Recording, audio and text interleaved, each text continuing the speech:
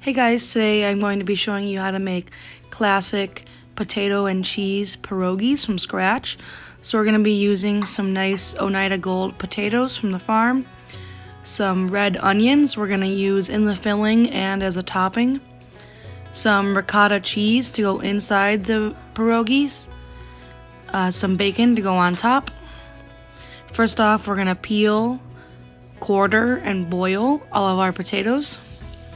You don't have to be super particular about peeling all the skin off. A little bit will be totally fine.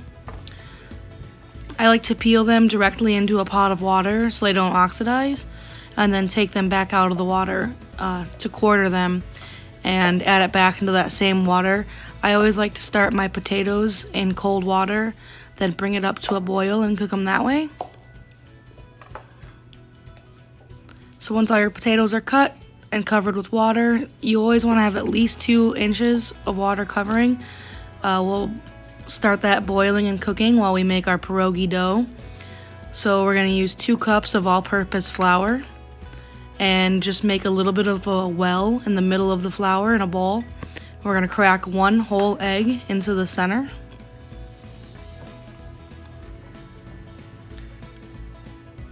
Next, we're going to add 1 teaspoon of salt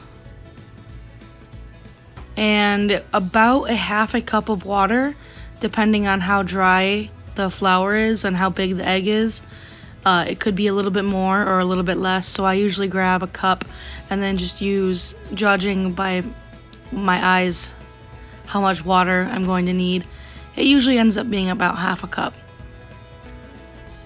And just kind of stir it all together until it becomes a shaggy dough. Then we're going to turn it out onto a dry cutting board and knead it for about 5 minutes so it gets some elasticity to it. So I made my dough a little bit too wet. In that case, you can sprinkle some flour right over the dough, probably about half a cup, and then just knead that right back into the dough.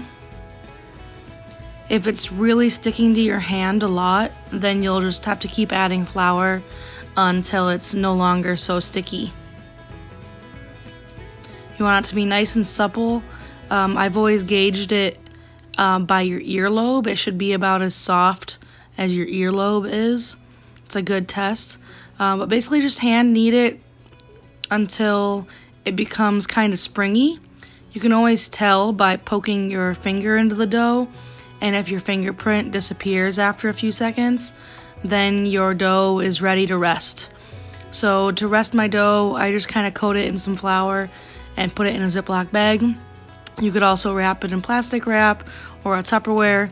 Basically, you just don't want too much air getting to it and drying it out. In the meantime, we're going to continue our filling for the potatoes. I'm going to chop up a couple small red onions and saute them with some butter and some chopped fresh thyme.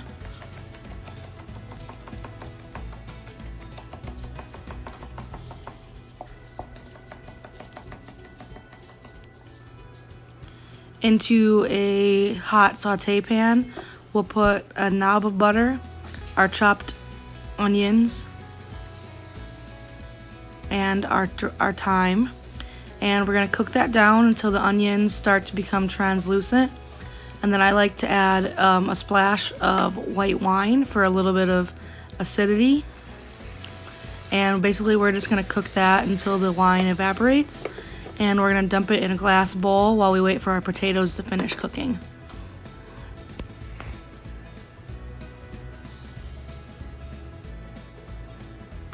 Let's just set that aside. Next, I've julienned a couple more onions, and this is going to caramelize and be a topping for the pierogies. So I'm going to add another knob of butter. Butter will help the onions caramelize a little bit faster. Also, adding a pinch of salt helps the onions break down, and their natural sugars will be what caramelize the onions. So let them cook down in a pan. In the meantime, I'm going to chop up some bacon that we're going to turn into bacon bits as a topping while my onions are cooking. As you can see, they've gotten nice and caramely. I'm going to set them in a bowl off to the side. That's just going to be a nice topping for our pierogies once they're done. In the meantime, I'm going to cook our chopped bacon. I like to just put it in a shallow pot and put the heat on low. The fat will start to render out of the bacon and it'll start to crisp up in its own fat. The potatoes are done boiling. As you can see, they kind of broke apart in my fingers. At this point, you can either mash them by hand, with a mixer, any way you want to puree them. I like mine a little bit chunky, so I just use a hand mashing tool. As you can see, there's some texture to it still, but they're mostly broken down and mixed in with those onions we cooked. Next is ricotta cheese. I'm going to use this whole tub. If you can find good fresh farmer's cheese, that works well. Also a full fat cottage cheese works really well as well. So just mix it into your potatoes and onions with a spatula. My bacon is now crispy, so I'm going to strain it off and save the bacon bits with the caramelized onions. And then I'm going to add the bacon fat into the pierogi dough filling. So all it is right now is onions, potatoes, cheese, and bacon fat. Fold that all together and we'll put it in the refrigerator for a few minutes.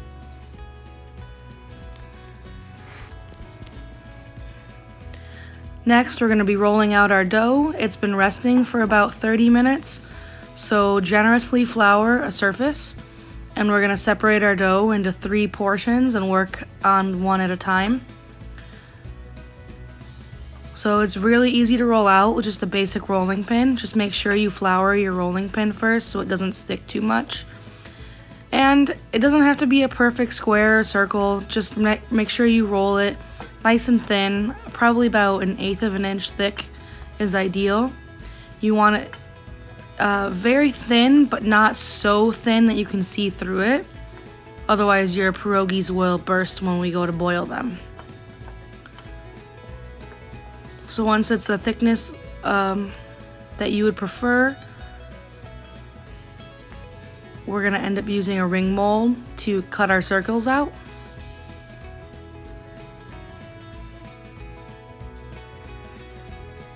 And then these will be our pierogi dough wrappers.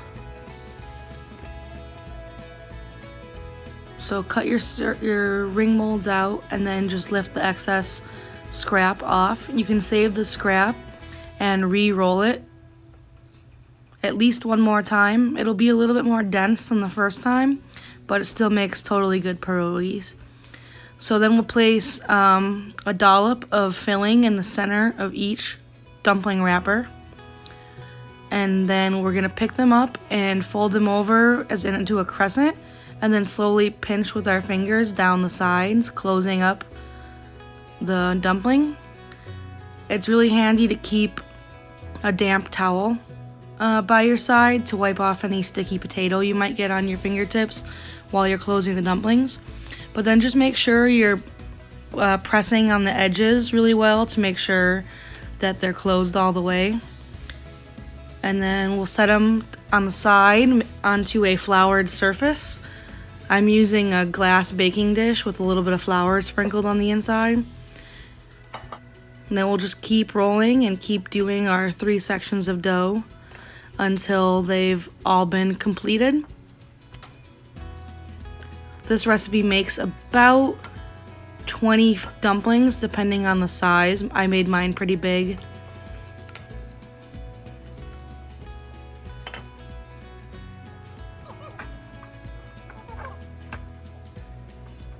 But this amount of filling you'll be able to have extra, and you can put it in a Ziploc bag and throw it in the freezer. The next time you want an easy meal, all you have to do is make some dough, pull out the filling, and then you have a really nice homemade pierogi dinner. So once all my dumplings have been filled, I'm going to refrigerate them for a little while. Then while I get some water boiling, we're basically going to poach these in water for about 5 minutes. This is just going to cook the dough so that it doesn't get soggy. So just gently move them around with a skimmer or a spoon. And you want the water to be simmering but not boiling too hard. As you can see, it's just kind of a gentle simmering water. And when the pierogies start to float on their own, that's when you know they're ready. So take them out one by one as they start to float up towards the top of the pot. And then another important step to this will be to oil the pierogies. Kind of like if you had just made pasta and you don't want it to stick together, you'll need to oil them. I like to do about a layer and then a little sprinkle of some oil to keep them from sticking. And then just add the rest to the top as they're done boiling. At this point, it's really good to put them in a refrigerator for about 15 minutes before you do the next step. You can eat them just like this, but a lot of people like to pan fry them. So to pan fry them, get a good amount of oil in your pan and place them flat side down. And basically, they're already cooked. All you want to do is get them nice and golden brown and crispy. And this will be the final step before you can eat them. Carefully flip them over with a spatula. They tend to be a little bit sticky. If one or two of them burst, it's totally fine and they still taste really good. But they get this really nice crispy crackly exterior once they're boiled and then pan fried. So to plate, I just put them all on a plate or in a bowl, and then we're just gonna top them with our caramelized onion and bacon. It's also very common to eat pierogies with slices of Polish sausage. Maybe you could enjoy it with some sauerkraut, maybe some fresh dill on top. But this is just a very basic, common, traditional version. The caramelized onions add some sweetness to the potato and the cheese, and the bacon adds some nice smokiness, and who doesn't like bacon crumbled on top of dumplings? And then another classic component is going to be a dollop of sour cream to really tie everything all together.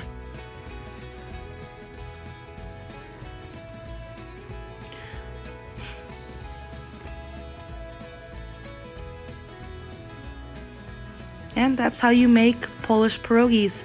I hope you guys enjoyed the video and have some fun making pierogies.